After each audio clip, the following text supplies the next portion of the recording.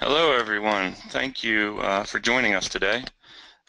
Welcome to the GL's December webinar. This is our last webinar for 2017, and we're very excited to present this topic to you today, and it's entitled Simulate Real-World IP Networks, Impairments, Delay, Errors, Loss, Optical, Electrical.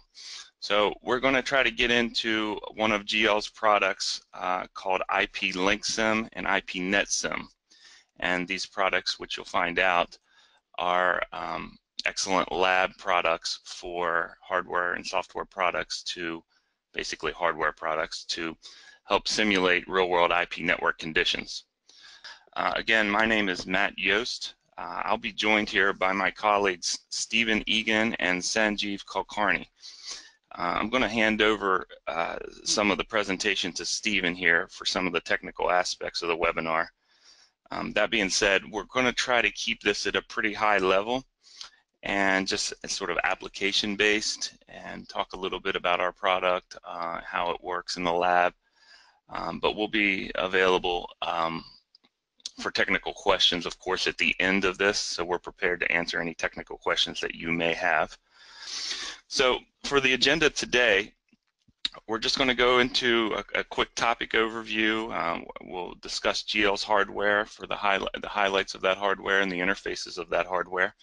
Again, it's going to be somewhat application-based, so we'll get into the applications, and then we'll kind of dive a little deeper into the impairments and what our definitions of the impairments are at GL and what different impairments we can actually impose on the network or on your network or on your testing devices. And we'll kind of close with the application theme, giving you some examples, some real-world examples where these products are practical.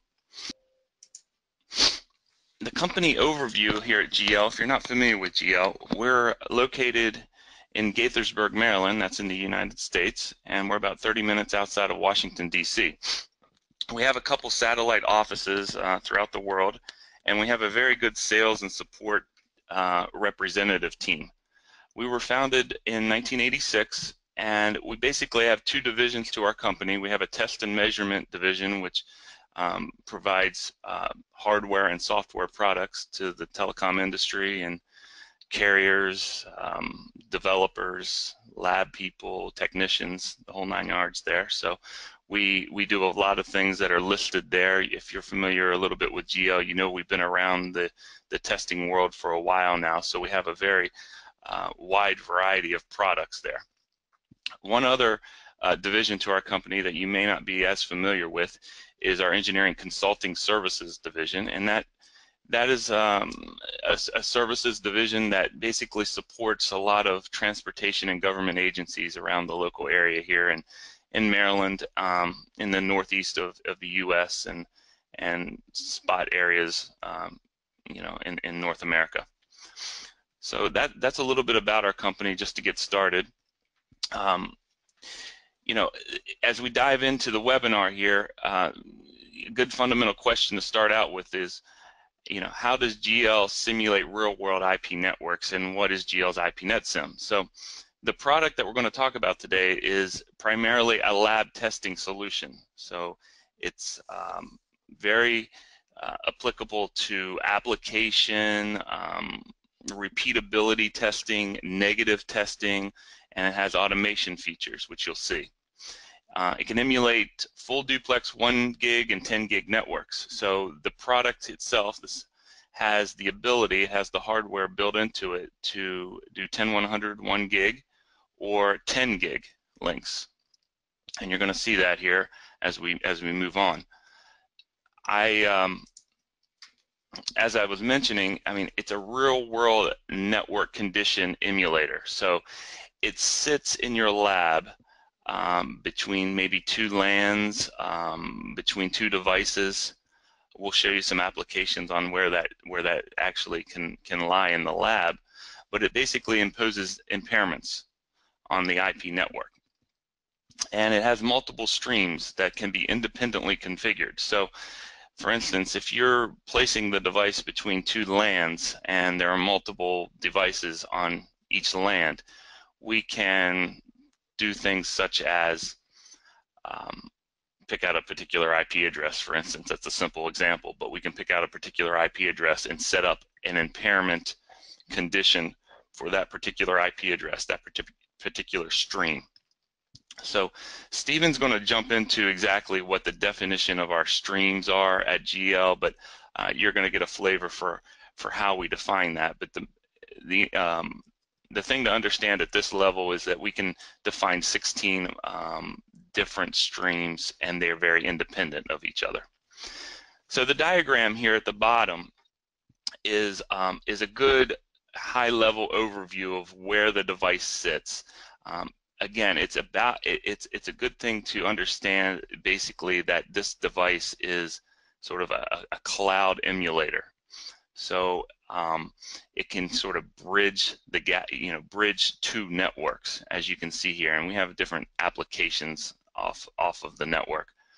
But it's an imposing impairments device. So the impairments listed at the bottom there, like delay, jitter, error loss, some throttling of the bandwidth, reordering of packets, and duplication of packets. It's all capable of doing that. One thing of note that you'll hear throughout is that the product is hardware based, and even though we interface through it through a Windows OS, and the GUI is in Windows, all of the functions that you're telling the device to do, if you tell the device to do a certain packet loss rate, all of that is taking place at the hardware level. So GL has, from A to Z here, designed this product. So we've designed the hardware, we've laid out the boards, we've designed the circuits, we've designed the software. So we have full control over the product. So we'll get into a little bit more of this. This is kind of high level, but this is sort of the application and what the product does. We wanted to kind of start out with a hardware overview and just give you a little glance of what the hardware looks like. And I'll just give you a couple bullets here on what that is, and the next slide will kind of show you in particular the interfaces, and I'll talk a little bit about those. So again, this IPNet Sim is intended to help with negative testing. The tool allows users to understand how their network devices react to these problem conditions. So designed to do negative testing, it's designed to be able to repeat itself in a very accurate, precise manner. So an application for that is you may have you're responsible for a device or a network or something, and you want to, and that device, come out with new hardware loads for that device or new firmware loads, and you want to basically do repeatable testing from load to load. This can do that for you. It's very precise in that manner. It's a good regression testing type tool for your lab. It acts as a bridge, as we talked about, between two network segments. So that can be two LANs, that can be two network devices. You can set it up whichever way you want. And one other note to this, it does act like, in a sense, a bridge or a switch, where as long as this piece of hardware has power, it is letting frames flow through it freely. Okay, so it will it'll push frames from port 1 to port 2, if that's how you've got it configured, and as long as it has power, it's doing that. So it's not even there in a sense, and then until you actually impose the impairments on it. Again, I mentioned it earlier, but it's 16 different streams of traffic can be defined, and they're very independent of each other. The hardware-based note that I had already made is listed there as well. So we've got full control of that down to the millisecond level of delay and so forth. Stephen will get into a little bit more of exactly how we do that and what our parameters are for all of those. On the hardware, again, just to flush it out completely here, we've got on the front panel here at the top, we've got the ability, and we have provisions for 1 gig copper interfaces, so RJ45 copper interfaces 10100, 1 gig, as well as optical ports for you can put your SFPs in. So it's an option there. It's an either-or type situation, so whichever one you want to use at that 1 gig level can be used. And then we also have SFP optical ports here for the 10 gig. So you're basically, if you have a 10 gig network, this device can act as the bridge between, again, two LANs, or it can act like the WAN of a 10 gig network, and it would, traffic would flow in one port and out the other, and the device would impair however you define that. That's how that works. On the front of the device, we also have a couple USB ports for ease of plugging in your USB drives and gathering data off of it and so forth like that. It is a full working appliance, meaning it has a Windows operating system and a CPU built into it. So you'll boot it up and it'll look just like a Windows device from the interface perspective. Now we also have, on the back of this guy, we have a couple Ethernet ports which can be used for management. You can log into it remotely and define things and so forth. So that's a flavor for the hardware.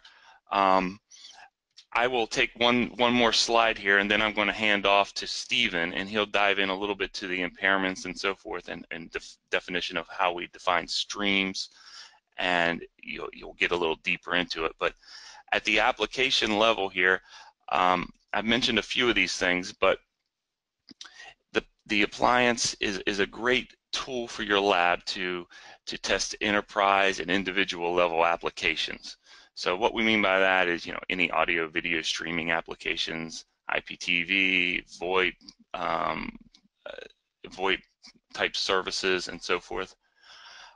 Storage services, so maybe you're running a data center, maybe you're responsible for the network entering a data center and you have service level agreements that are being imposed there. You've got to simulate that type of network conditions in your lab. You want to make sure that your devices react accordingly. General cloud and web services, sort of the sky's the limit there on all of the different services that the web provides nowadays, and traditional FTP and HDTV. So those are some of the things that this guy can help with in the lab. It can simulate, and as we said here, you can surmise that it can simulate backhaul networks.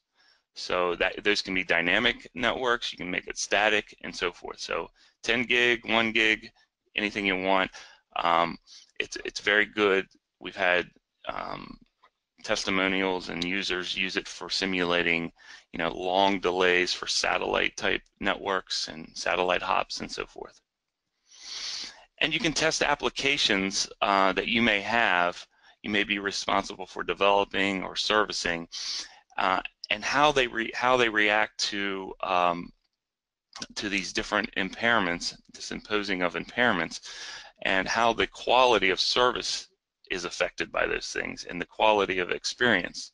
So these are the types of things that this device, as part of your lab network, can help you with. In general, can help with the evaluation and stability of the network devices. So we've mentioned some of these things, switches and VoIP phones. All of these are applications where this guy in your lab can help you out with. On the right-hand side, we have a couple small applications here where we're just showing, maybe a head office and the device sitting and acting like the WAN, emulating the WAN, and communication traveling to branch offices and so forth. So just a couple applications at high levels here, accessing data center type storage as well, and as well as we're showing here the multiple streams. At the bottom, it's very simple. Two LANs are being depicted, and between switches we have our box. Okay, so impairments can be defined at that point, and different streams can be defined independently at that point. So Stephen again will show you how that's done and through the interface, and how we relate those parameters to real-world applications. So I'm going to pass the ball to Stephen here, and he will take over and get a little deeper for us. Okay, thank you, Matt. Bear with me for a moment.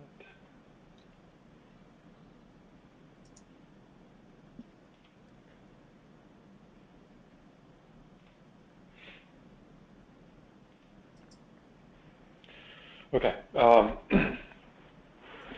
so my first topic is going to be how do we define a stream in the IPNet sim. And first, what is a stream? When we say stream, we mean a particular set of associated traffic between one host and another, as distinguished from the rest of the traffic on a given pipe. So if you log on to Facebook and you start downloading your pictures and your texts and whatnot, that will be one stream. If at the same time you remote desktop into another computer somewhere else in your lab, that's another stream. If you place a VoIP call, the SIP and the RTP represent a third stream. So at any given time, any given Ethernet cable or wireless link will actually be composed of many tens, hundreds, thousands, millions of streams. And in most of your testing scenarios, you're going to have a certain stream of interest or a certain set of streams of interest that you wish to impair very precisely, but you don't want to affect the rest of your traffic. So what we do is let you define streams and impair each stream independently. I know in my lab all the time, I do everything through remote desktop, and so if I'm impairing things, I want to impair my test traffic, but I very actively do not want to impair my remote desktop traffic because that breaks my ability to test. So that's one trivial example that I use every day. So that's what we mean by streams. We offer two ways to define a stream. The first is what we call packet mode. This is where we expose all the basic headers to you, the source and destination for your Ethernet header, for your VLAN tags, your MPLS labels, your IP addresses, and your UDP ports. For all of the above, you can define a stream as either a fixed address, a range of addresses, or any address. So you can go from a fixed source to any destination or vice versa. Or like in this screenshot, a range of sources to a fixed destination. And you can apply any or all of these layers stacked one on top of each other to define your stream, however precisely or however loosely you wish to. So I think that's probably the most common way our users use it. This is where you're trying to grab streams in a literal sense as being from one host to another host. The alternate mode is what we call raw mode, and hopefully this will serve every possible need you would have that isn't covered by the previous mode. In raw mode, we're basically giving you a byte offset from the beginning of the packet, and then we're giving you a byte string for values and a byte string for your mask. So you can start anywhere you want in the packet and inspect the next 120 bytes and look for a particular byte string or several different byte strings distributed through those that 120 byte window. That's sort of vague and abstract. I'll give you one example of what some of my users do. I have a particular set of users that use a proprietary extension to RTP, and they don't really care about the RTP header itself, but they're very interested in that extension. And there's a few different bits in it that they want to target for their stream definition. We can't program every single proprietary header type into the IP net sim. But what we can do is use this raw mode to go and as long as you know where in the packet the bits will be, you can use the offset and the values in the mask here to get the bit sequence you want out of any protocol, or even payload too. So between those two modes, hopefully you can define your stream however you wish. As I think Matt has discussed, you can define up to 16 different streams and then impair each one independently. So now we'll talk about the impairments. The first impairment we offer is traffic bandwidth.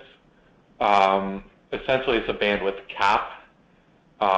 Any traffic that exceeds the stated rate is silently dropped. So you can set this from 0 kilobits per second all the way up to a gigabit. 0 kilobits, obviously, would drop everything and probably isn't all that useful.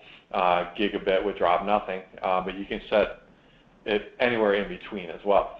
And for your UDP applications, here you can think about your real-time voice and video are the main UDP applications of interest. You're going to experience data loss.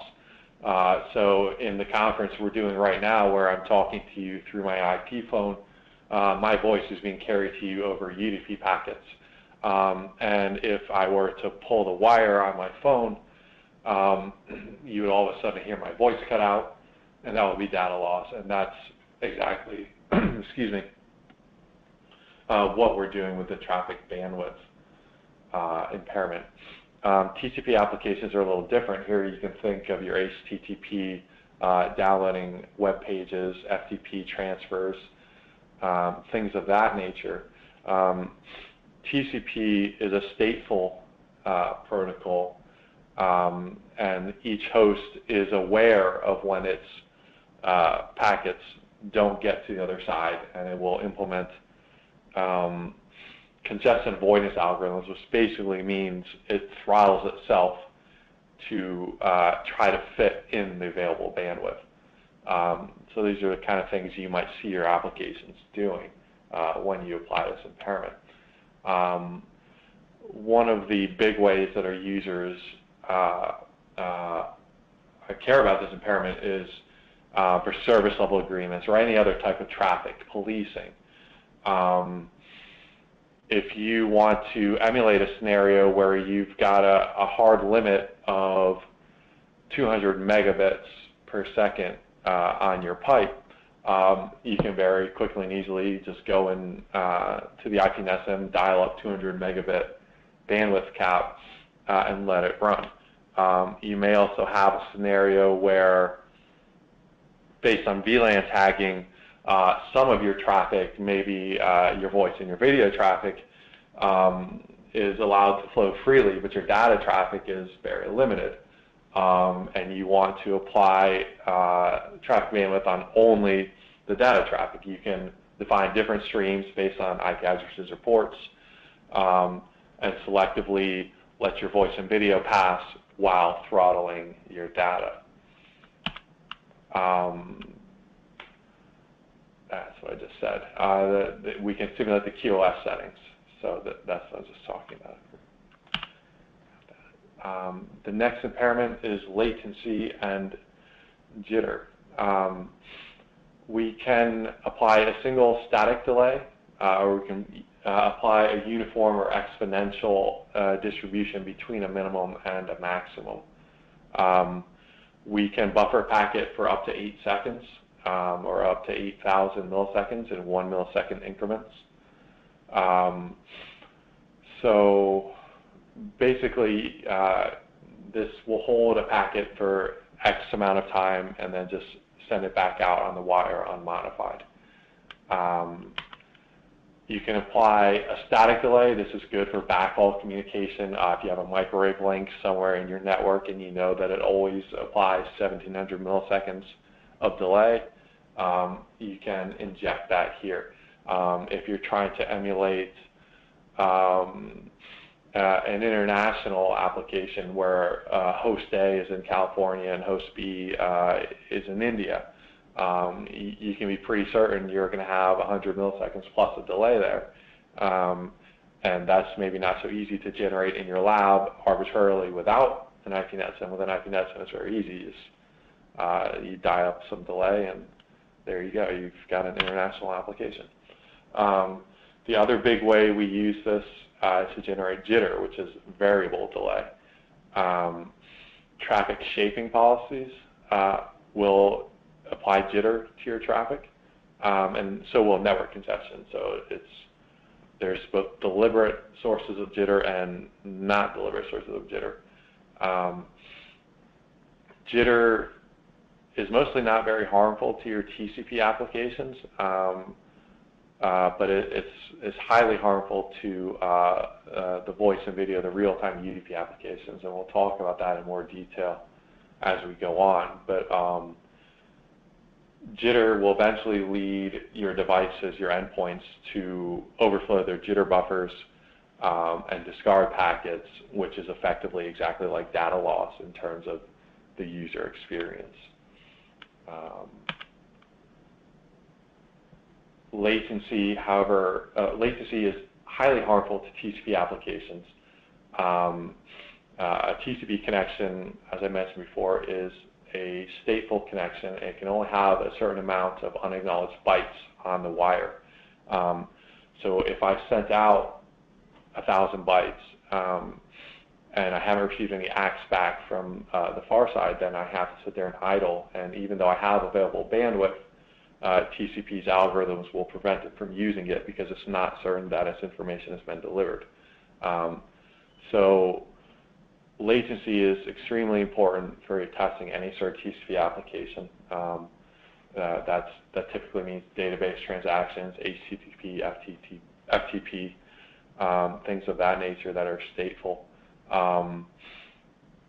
and things you might think of as being not very vulnerable to latency, in fact, are extremely vulnerable.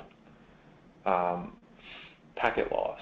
The third type of impairment we can inject is packet loss.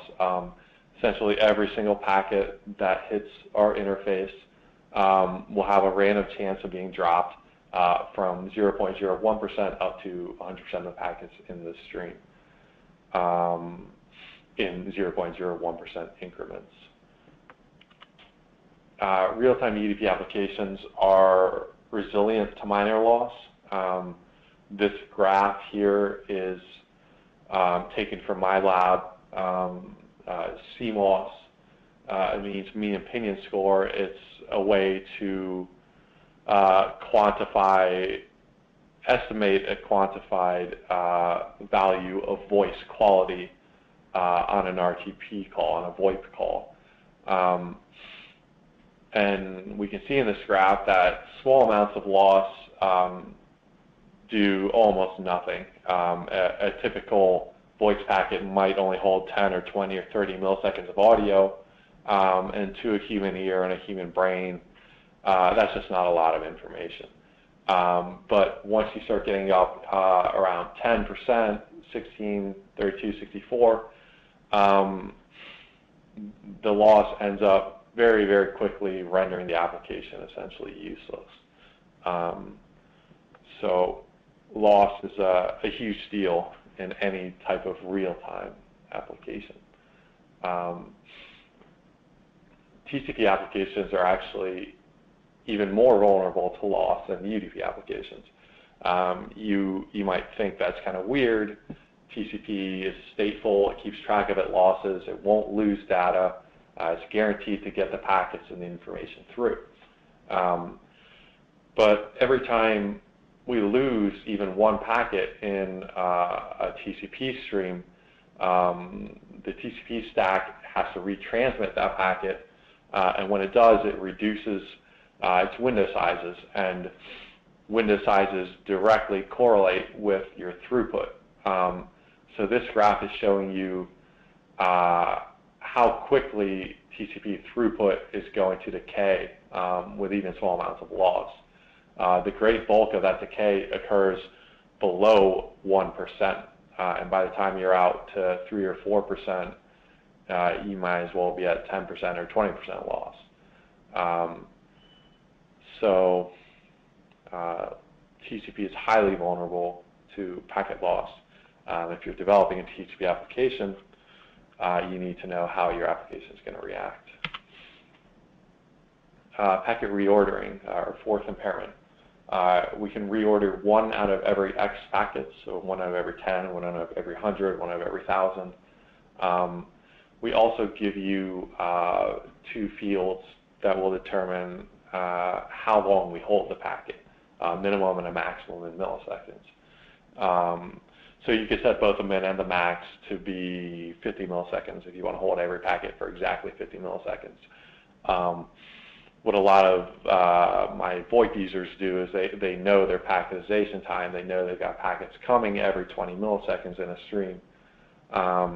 They just set the minimum offset to be 21 milliseconds, so they guarantee that they are going to reorder their stream by a certain amount. Packet reordering, again, it's one of those things in TCP where it sounds like it's not a big deal because we're stateful and we're guaranteeing the delivery of all of our packets.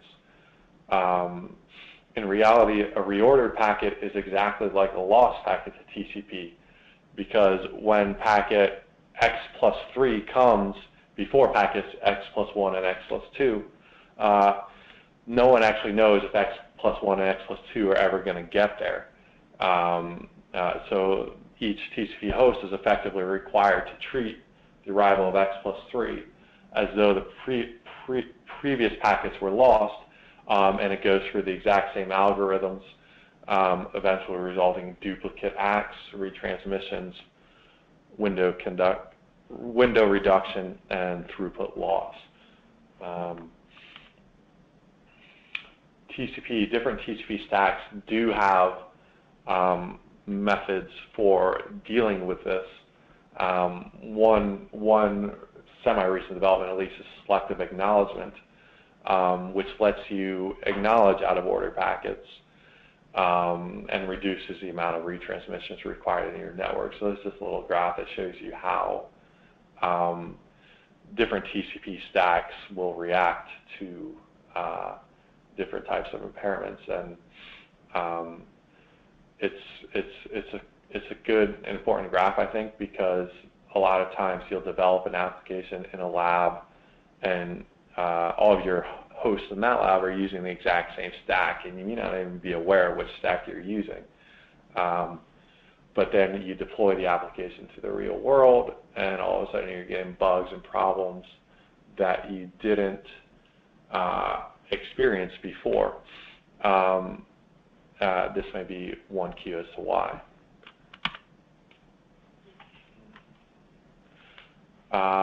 Then we have packet duplication. That's exactly what it sounds like. We can randomly duplicate between 0.01% and 100% of all the packets in the stream. This sounds like something that doesn't happen a whole lot. It doesn't happen a whole lot in LANs, or at least well-configured LANs, but it actually is very possible in a WAN where you have multiple routers and load balancing. Multiple paths are possible. Duplication is particularly harmful in broadcast and multicast applications. Obviously, if you duplicate a packet that's going to only one host, then you've only got one additional packet. But if you start duplicating broadcast packets or multicast packets that may be going to multiple hosts, then all of a sudden a single duplicated packet becomes a whole slew of duplicated packets, and can lead to broadcast storm conditions, which can actually completely take down a network. Logic error insertion. We can insert a single bit error into at a certain rate from 10 to the negative 1 up to 10 to the negative 9, or down to 10 to the negative 9, I guess. We can use byte offsets from the beginning or end of the frame to target a particular part of the frame. So if you specifically want to put your bit error in a particular header, or specifically want it in the payload for whatever reason, you can target the bit error using your byte offsets. The big place where logic error insertion becomes relevant is in wireless links. As you can imagine, a fiber line from point A to point B 1,000 yards away isn't very prone to bit errors. But your cell phone, as you're moving around, you're walking around the office, you're driving your car, you're on a train, what have you,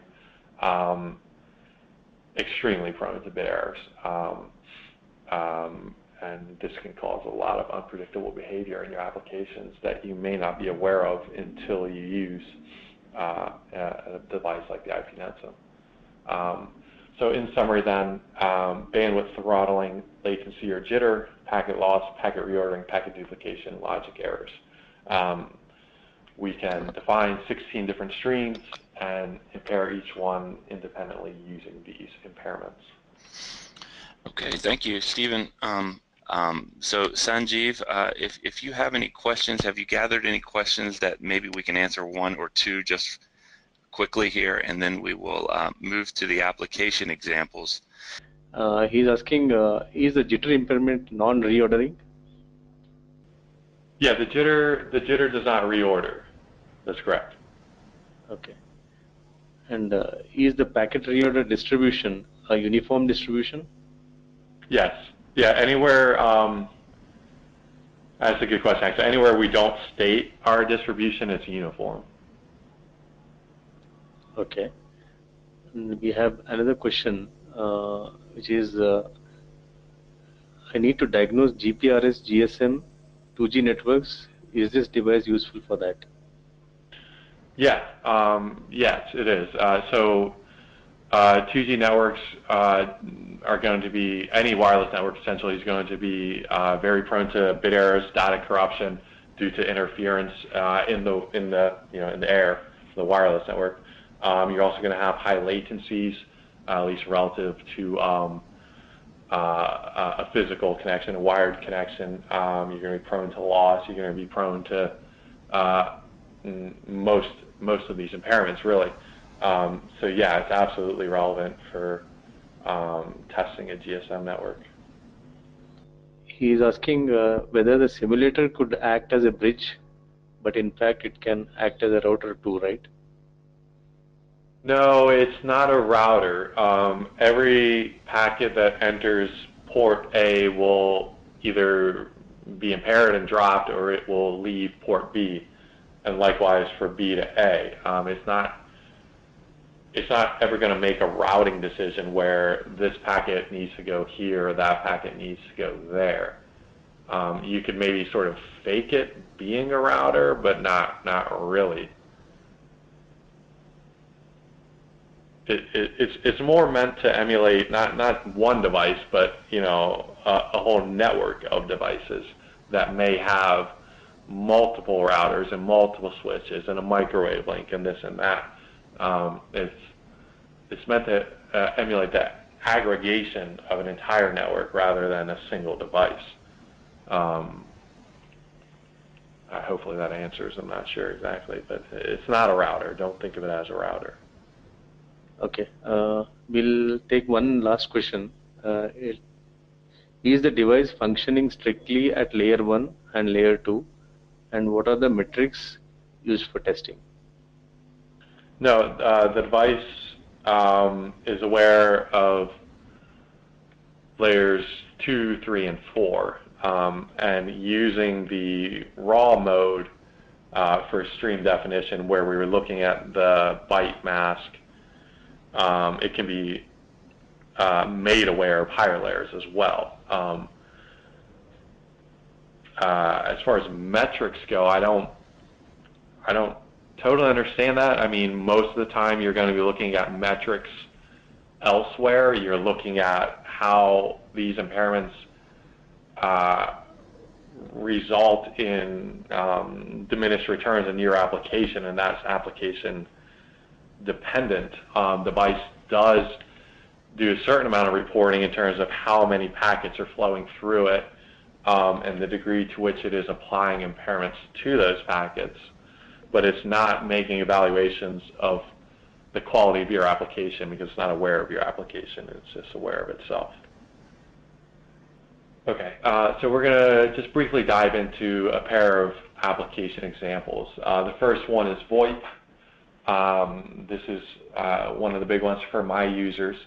Most of the time when we're impairing VoIP, we either want to deliberately impair our signaling and we're not interested in our RTP right now, or we deliberately don't want to impair our signaling. We want all of our calls to be set up because we're looking at voice quality, so we only want to apply our impairments to RTP. And in many scenarios, we also want to make sure that our data streams are not competing with our voice streams. So what we can do is we can go through and set up 3 different streams, one for SIP, one for RTP, and one for data.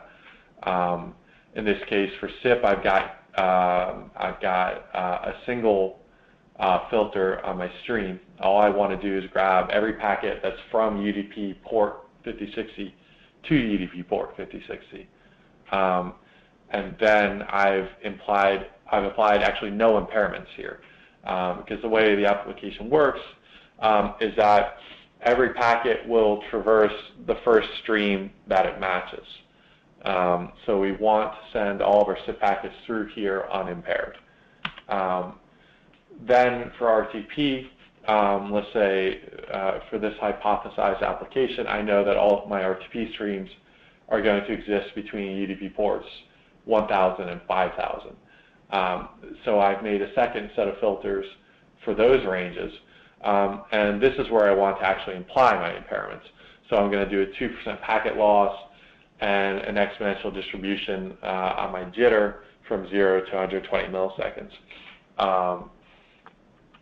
And then last, I want to set an SLA-style bandwidth cap on my data, and I want to make sure that my data does not consume more than 200 megabits of my link. Once I've done that, I can go ahead and generate my SIP load, my RTP load, have it traverse the network, and see how the network reacts. Listen to my phones, see how the quality actually sounds when you've got exactly 2% packet loss and so much jitter applied. Because I mean, what this type of testing is going to let you do is figure out, it's one thing to look at a Wireshark trace and see, okay, I've got some dropped packets here, but what does that actually mean? And this sort of testing, this deliberate, repetitive negative testing, can show you what it means. So this is actually a few graphs I've taken from our packet scan application of a voice waveform. The top graph is totally unimpaired. The middle graph is 8% loss, and the second graph third graph is 16% loss. So you can see as we scale up our loss rates, at first we're just losing little bits of a word, 10, 20 milliseconds here and there, but it's probably largely understandable. By the time we get to 16% loss, I've lost whole words out of my stream, and not only is information being lost in the packet sense, information is actually being lost in the user sense, in that I've got a word missing, I've got 2 words missing. So it helps you to understand, instead of just looking at a number, it helps you understand your user experience, basically. Hopefully that's the idea. It also lets you answer stuff like, well, what codec should I use? Because they're all quite different, and different ones consume different amounts of bandwidth. How much bandwidth do I have? Different ones have different quality implications as well. How much quality do I need? And it lets you consider things like your jitter buffers. So what I've got here in these graphs, the blue columns are for a 40 millisecond jitter buffer. The right columns are an 80 millisecond jitter buffer. As you can see,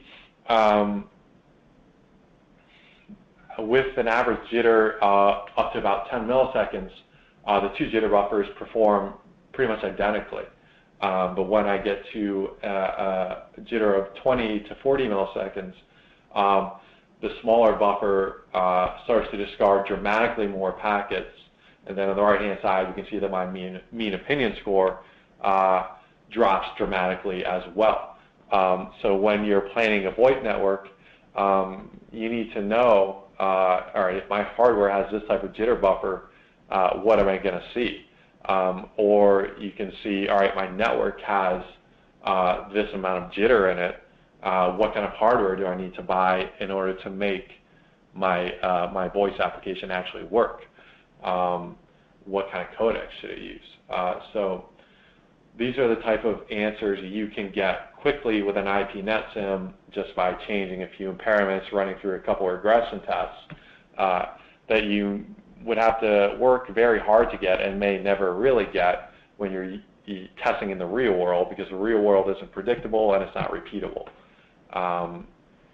So that's one application. Another application would be TCP over wireless, as someone asked before, GSM. TCP is very old. Its origins are actually from 1974. Ethernet is 1983. The first GSM network, 1991. TCP is an amazing algorithm. It's done a really good job. The fact that we're still using it in 2017 is wildly impressive. But as we're starting to find out now, TCP is not very good for wireless. Loss in the TCP application leads to duplication of acts, leads to retransmissions, and it leads to throttling of bandwidth. The problem there is that TCP algorithms inherently assume the loss is due to network congestion, because at the time that TCP was created, that was the only real problem. There was no one moving around switching cells in a wireless network. That didn't exist yet. So what TCP does when it observes loss is it deliberately cuts throughput. TCP also uses what we call a sliding window mechanism, and this basically just says I can only send so many bytes down the wire before I have to wait for the far side host to acknowledge my bytes. High latency links slow down the rate at which the host can act, because the packets have to travel a longer distance and a greater amount of time, causing forced idle and again limiting the throughput of your application. So wireless, as you know, if you've used a cell phone, it's prone to high latency, it's prone to loss. When you move between cells, you're going to lose packets. This will be interpreted as congestion, and the TCP will cut the throughput of your stream, even if you have the exact same amount of bandwidth still available, and there is no network reason to cut the throughput. It'll even be true if you hop from a 3G network to a 4G network. If TCP loses even one packet there, it's going to cut its throughput, even though you have more bandwidth available.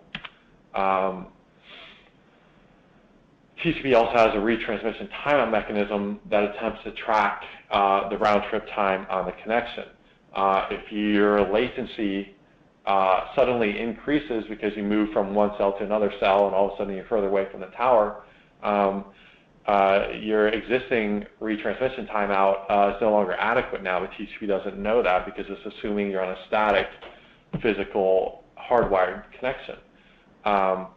This can lead to a timeout, which actually not only, instead of having your throughput, is actually going to reduce your throughput to the bare minimum and make you start to hold connection again. Wireless communication is high latency, it's prone to packet loss, prone to packet corruption. You can develop a TCP application in your lab that works absolutely perfectly, then you can put it on a cell phone and get it out in the real world, and it just totally breaks because you didn't test for how your TCP application is going to react to being on a cell phone and being in the real world where packets don't always get where they're supposed to go when they're supposed to get there. So I think that's Oh, one more slide. Automation options. The IPNet SIM can be controlled with a GUI. We've seen screenshots of that. We also have a C API, Tickle, Python, and Java APIs as well. And so we can let you quickly conduct easily repeatable regressions. So you test your application, you find some bugs, you change your code, you run through the exact same tests, find some bugs, change your code, run through the exact same tests. It's repeatable in a way that the world is not, and it's controllable in the way that the world is not. So that's it. All right. Well, thank you, Stephen. That was very, very good presentation there, and it got into some details on how the product works. Thanks, everyone, for joining us. Please feel free. We will stick around as long as you would like us to answer as many questions as you want. So let Sanjeev know through the chat, and we'll try to answer those, or he can unmute you if you'd like, and we can just have a conversation with you, and Stephen can answer as many questions as you'd like there. In the meantime, beforehand there, let me just make a couple announcements here. We will be, if you've been enjoying our webinars, we try to do one every month, and we have different topics throughout the year, of course. The next one is, the date is scheduled on the 18th of January. We haven't decided on the topic as of right now, but we will be here very shortly, and we'll be announcing that on our website and through emails and so forth. We also have, coming up here in the beginning of next year, we have some new releases of some products and some updates on some other products. This vMobile is a new release, a voice quality domain product that allows some, it's a smaller device for portability and voice quality testing, and that we're scheduled to release that first part of the year. We are going to have a webinar on that product, the release of that product, in either February or March of next year. And throughout this presentation, there were some questions, and Stephen can maybe even get into it a little bit more if the question comes up. But we have products. The IPNet SIM is a device that impairs the network. It acts like the network. These other products, Packet Experts and 100 gigs and 10 gig, 1 gig products that we have, all within this Packet Expert domain, are sort of endpoint products that can, give you quantitatively testing results and test against some of your products, your software, your devices. So these products can do a variety of things, from throughput testing, TCP testing, and so forth. So we've got a slew of those going on in that product domain, that Packet Expert domain. But the update there is that the 100 gig unit will be coming out at some point next year, and we're making a few updates to our 1G and 10G unit there. So with that, Sanjeev, please ask some questions if there are any for Stephen. Yeah, we have a couple of questions. First one is, in an environment based on NFV infrastructure, what are the benefits of our hardware-based approach versus the virtual test agent approach? Well, just generically speaking, hardware is significantly more accurate. We're running on an 8 nanosecond clock. Now, most of our operations take a few clock cycles, but everything we do, we offer sub-microsecond accuracy. You won't get that from a virtualized solution. The other thing hardware offers is stability. I have users that run 6-month tests with this hardware, and it just keeps on churning. It just keeps working. The IPNet SIM, actually, the hardware itself will continue to work even if the host PC loses power. So we're not reliant on the host. We're not reliant on the host operating system. We're not subject to Windows Update rebooting our computer, or just whatever weird things like that. So generally speaking, I would say that hardware offers precision and stability, which are usually two really important things for this type of testing. We have another question. They're asking, is latency related only or mainly to the distance, or do the devices in the link could add significant latency? Yeah, well, I mean, latency is always a function of distance. It's also a function of the link type. You know, a wireless link across 100 meters may have more latency than a much longer fiber link. Devices can add latency as well.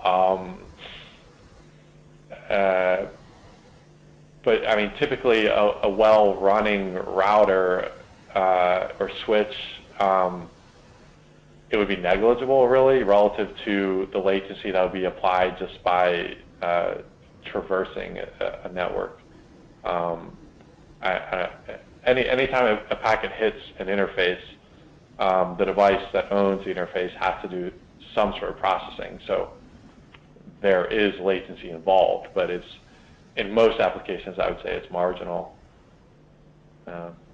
Okay. We'll take the last question. Somebody is asking us to explain the SACK, SACK. Yeah, okay. So